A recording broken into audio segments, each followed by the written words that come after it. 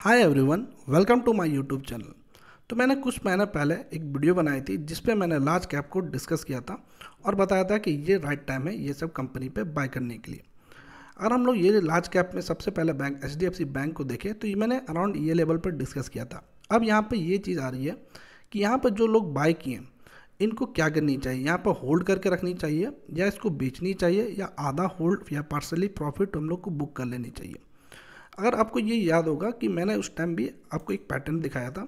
अगर हम लोग ये बैंक को देखें HDFC बैंक को तो आप देखोगे यहाँ पे कि एक चैनल पे ये ट्रेड हो रही थी। ठीक है, अगर हम लोग यहाँ पर देखें तो आप ये देख सकते हो ये जो फर्स्ट है, सेकंड है और यहाँ पर ये थर्ड है।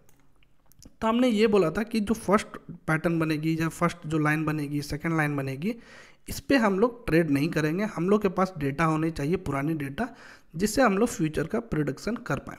तो यहाँ पर आप देख सकते हो थर्ड ट्रेड में अपने प्रॉफिट बुक कर सकते हो। अगर हम लोग स्विंग ट्रेड के लिए भी अगर आप इसको खेलते थे, क्योंकि ये लार्ज कैप कंपनी है, इसमें आप थोड़ी अमाउंट को ज़्यादा ले सकते थे। अगर यहाँ पर 22% आपको देखोगे तो यहाँ पर 120-130 डेज़ में आपको मिली थी, जो मुझे लगता है कि अच्छी प्रॉफिट आपको जनरेट करके लाई है।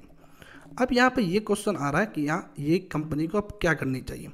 इसका भी आंसर हमें यही कंपनी देगी। अगर हम लोग कंपनी के चार्ट देखें तो यहाँ से आपको क्लियर पता चलेगा। मैं थोड़ा पीछे आया ये सेम HDFC बैंक में। अगर हम लोग यहाँ पर देखें तो आप देखोगे 2015 की जनवरी से ये पैटर्न बनना स्टार्ट हुई थी और ब्रेकआउट जो दिखा था हमें मई की 2016 में।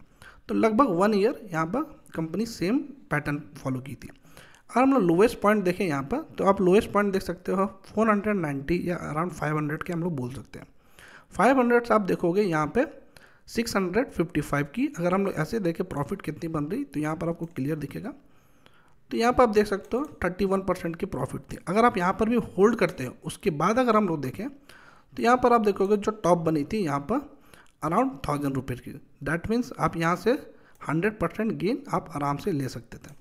अगर हम लोग पीछे और भी चले तो ज़्यादा पीछे नहीं, अगर हम लोग यहीं पर देखें तो यहाँ पर भी आप देखोगे कि 2012 में ये सेम पैटर्न बना था। 2012 से यहाँ पर आप देख सकते हो 2014।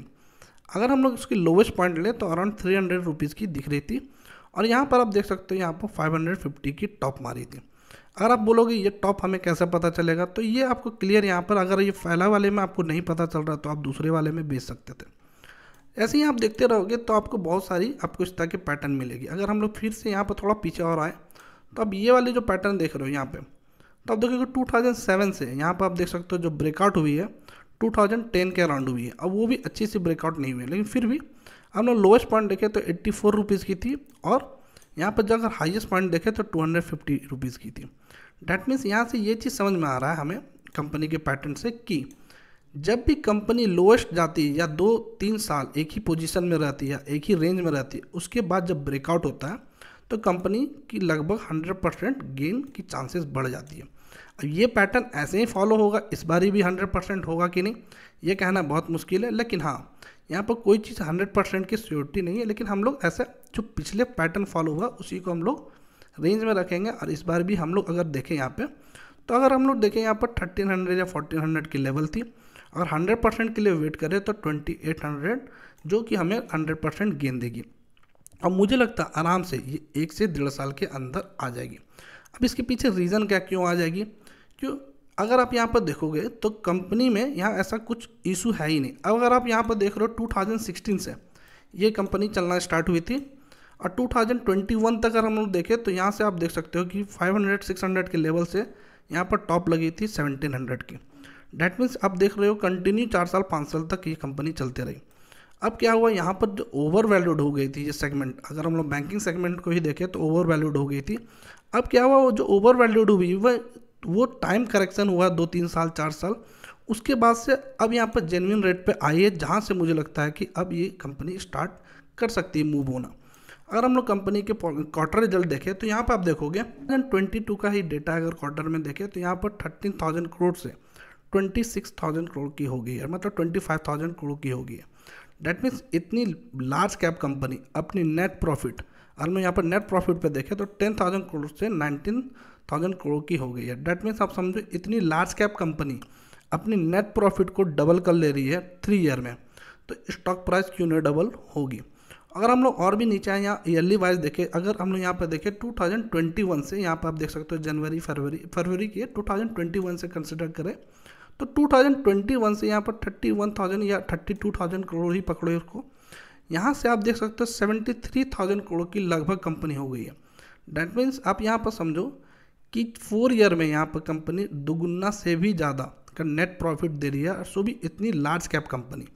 और यहाँ पर अगर हम लोग चार्ट पैटर्न में देखें तो यहाँ पर कोई रिटर्न हमें खास दिख नहीं रहा है। अगर आप लोग ये पोजीशन पे होल्ड किए हो या कोई भी पॉइंट पे यहाँ पर भी अगर आप होल्ड किए हो या यहाँ पर होल्ड किए हो, तो मुझे लगता है कि इतनी जल्दी आप ये कंपनी को सेल आउट ना करें, क्योंकि मुझे लगता है यहाँ पर 100% आपको गेन होने की अपॉर्चुनिटी है, क्योंकि आपने राइट स्टॉक का चयन किया। अगर आपने नहीं भी किया, स्लो मूविंग स्टॉक को भी किया, तो जब लार्ज कैप कंपनी चलती है तो आपको आराम से 100% की रिटर्न आपको मिलने की बहुत चांसेस है। तो आप यहाँ पर देख सकते हो कि आपको थोड़ी होल्ड करनी चाहिए 1 ईयर या 2 ईयर, क्योंकि अब ये कब ये टारगेट आएगी ये कहना बहुत मुश्किल है। हो सकता है कंपनी थोड़ा और नीचे आए, यहाँ से फिर से ऊपर चलना स्टार्ट करे, तो अभी थोड़ा टाइम लगेगा। ये कहना बड़ा मुश्किल है कि आने वाले 4-5 महीने में ये कंपनी क्या दिखाएगी, लेकिन ये कहना बड़ा आसान है कि आने वाले 1-2 साल में हम लोग कंपनी की अच्छी ग्रोथ देख सकते हैं। अगर आप सेम देखोगे इसी सेगमेंट में कोटक बैंक को भी आप देखोगे, तो कोटक बैंक का भी आप देखोगे लगभग सेम पैटर्न पे ये कंपनी ट्रेड हो रही थी, ब्रेकआउट हुई, थोड़ा नीचे आई है, लेकिन आने वाला टाइम पे मुझे लगता है ये कंपनी भी अच्छा करेगी। और हम लोग बजाज फाइनेंस को भी देखें तो बजाज फाइनेंस भी आप देखोगे एक ही चैनल पे चल रही थी, उसके बाद ब्रेकआउट हुआ। अब यहाँ पर अप मूव का बहुत चांसेस है, क्योंकि अगर आप ये कंपनी को कंपेयर करोगे इसकी क्वार्टर रिजल्ट से, स्लो डाउन हुई है, थोड़ा इकोनॉमिक स्लो डाउन हुई है, या जो भी आप बोलो, या रसिया की लड़ाई होगी या इंडिया की लड़ाई होगी, लेकिन इससे ज़्यादा फर्क नहीं पड़ता। आप ये सब कंपनी में बहुत इजी वे से आप यहाँ पर बड़े अमाउंट डाल के 20% 25% ईयरली आप आराम से ये सब कंपनी से कमा सकते हो, क्योंकि ये सब में आपको रिस्क नहीं है इतनी। अगर आप यहाँ पर देखोगे तो आपको सेम ऐसे पैटर्न दिखा होगा। देखो आप यहाँ पे ये फर्स्ट पैटर्न थी, यहाँ पर ये अगर हम लोग यहाँ पर इसको छोड़ देते हैं, अगर हम लोग यहाँ पर देखें तो सेकंड बनी है, और ये यहाँ पर आप देख सकते हो यहाँ पर आपने थर्ड की आप देख सकते हो यहाँ पर थर्ड पे ब्रेकआउट हुआ है। तो सेम आप देख सकते हो यहाँ से अगर आपने रखा है अभी होल्ड करके, तो 52% की आपको लगभग 50% की रिटर्न मिल गई है, और ये लगभग अभी 12 महीना या 13 महीना हुआ है। मतलब आप देख सकते हो यहाँ पर अप्रैल से अभी अगर हम लोग यहाँ कैलकुलेट करें तो 14-15 मंथ में आपको 52% की रिटर्न मिली है। तो मुझे लगता है ये 14-15 मंथ के लिए आपको बहुत अच्छी रिटर्न मिली है, और यहाँ से कंपनी क्यों नहीं आगे बढ़ेगी। अब अगर हम यहाँ पर कंपनी को देखें होगा हम लोग क्वार्टर रिजल्ट,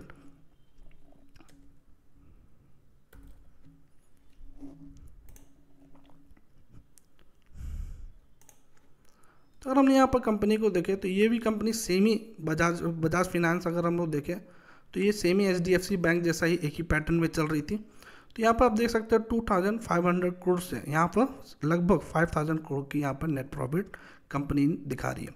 और ऐसा कोई क्वार्टर आप देखो और मुझे बताओ कि जो ऐसा है कि पुराने जो क्वार्टर से यहाँ पर कम नेट प्रॉफिट कंपनी ने शो किया। और ऐसे भी जब भी हम लोग कंपैरिजन करते हैं क्वार्टर रिजल्ट को, तो हमेशा मार्च 25 का मार्च 24 से कंपैरिजन करते हैं।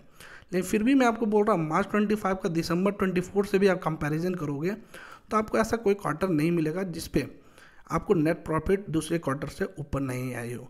बस 1-2 क्वार्टर अगर आप ये सब देखोगे तो ये जितनी मार्जिन है वैसा कुछ खास मार्जिन नहीं। अगर हम लोग ईयरली वाइज देखें सितंबर 24 को अगर हम लोग देखें यहाँ पे सितंबर 23 से, तो आप देखोगे यहाँ पर भी नेट प्रॉफिट इंक्रीज करके आई। थोड़ा स्लो डाउन थी कंपनी, जिसके कारण यहाँ पर स्टॉक भी इतने 3-4 साल तक स्लो हुई। अब यहाँ पर धीरे धीरे नेट प्रॉफिट जो कंपनी पोस्ट कर रही है वो मुझे लगता है स्टॉक को जस्टिफाई नहीं कर रहा है। और हम लोग यहाँ पर देखें यहाँ पर कंपनी के PE रेशियो, तो आप यहाँ पर क्या दिख रही है, तो आप PE भी देख रहे हो कि लगभग अपनी मीडियन पी के पास कंपनी यहाँ पर ट्रेड कर रही है, कोई ज़्यादा PE पे मिल नहीं रही है। मतलब वैल्यूएशन वाइज अभी भी कंपनी ठीक है। अगर आप यहाँ पर देखोगे तो अब ये रेट है कि नहीं बाय करने के लिए, तो मैं आपको यहाँ पर बाय करने बोल भी दूँ तब भी आप यहाँ पर बाय नहीं करोगे, क्योंकि आप ये जो नीचे का लेवल आप देख लियो, आप ऊपर में जाके बाय नहीं कर सकते हो ये। लेकिन अगर ये सेम चीज़ अगर नीचे यहाँ पर आए, ये लेवल पर आए या इससे थोड़ा नीचे लेवल के आए, तो आप यहाँ पर थोड़ा सा क्वान्टिटी एक्यूमुलेट कर सकते हो। चलिए मैं और भी आपको स्टॉक यहाँ पर दिखाता हूँ। अगर हम लोग स्मॉल कैप कंपनी में देखें तो ये भी हमने डिस्कस किया था कि यहाँ पर राउंडिंग बॉटम पैटर्न बन रही है और धीरे धीरे आप देख रहे हो यहाँ पर ऊपर जा रही है चीज़ें। लेकिन अभी हम यहाँ पर रिसेंटली आप देखोगे थोड़ा नीचे आई है, लेकिन ये जो एरिया आप है ना, ये मैंने वीकली चार्ट लगा के रखा। अगर मैं आपको डेली में दिखाऊँ पर देख सकते हो कि ये भी एकदम सेम ही वैसे ही पैटर्न दिख रहा है जैसे हमने HDFC बैंक और जैसे हमने कोटक बैंक और बजाज फाइनेंस में देखा था। अब देख सकते हो सेम लेवल है, लेकिन हाँ ये जो हम लोग का हाइट है वो थोड़ा सा छोटी है, लेकिन लगभग सेम ही लेवल है कि चीज़ ही है। तो अब धीरे धीरे देखोगे ये कंपनी भी ऊपर आएगी और ये ब्रेकआउट देगी। अभी रिसेंटली आज आप देखोगे कि जो SBI कार्ड है उसने अच्छा तेज़ी दिखा रही है। अगर हम लोग यहाँ पर चार्ट देखें कंपनी की, तो आप देख सकते हो ये भी आप देखोगे लगभग सेम पैटर्न पे ही काम कर रहा है। अब देख सकते हो first time, second time, third time पे आपको बाइंग करनी थी और यहाँ पर लगभग अपने यहाँ पर टॉप को तोड़ना चाह रही है। रिसेंट टॉप जो हम लोग बोले उसको तोड़ना चाह रही है। एक लास्ट स्टॉक हम लोग देखते हैं, केमिकल की स्टॉक है क्लीन साइंस। अगर आप इसको भी देखोगे तो आप देख रहे हो सेम पैटर्न ऐसे ही फॉलो हो रहा है। और हमने यहाँ पर कंपनी की क्वार्टर रिजल्ट देखे तो आप देखोगे ऑल टाइम हाईएस्ट यहाँ पर कंपनी सेल कर रही है। एंड रेवेन्यू में अगर हम लोग देखें तो नेट प्रॉफिट भी ऑल टाइम हाईएस्ट है।